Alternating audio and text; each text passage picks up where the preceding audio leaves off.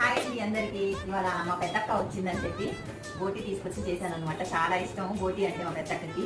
బోటి గోంగూర చాలా బాగా కుదిరింది. తర్వాత బోటి ఫ్రై,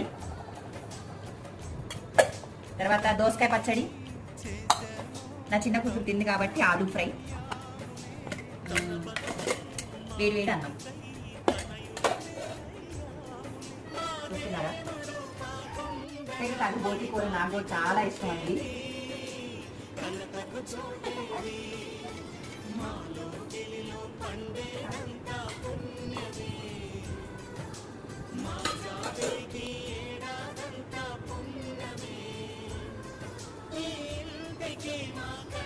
చాలా బాగుంది.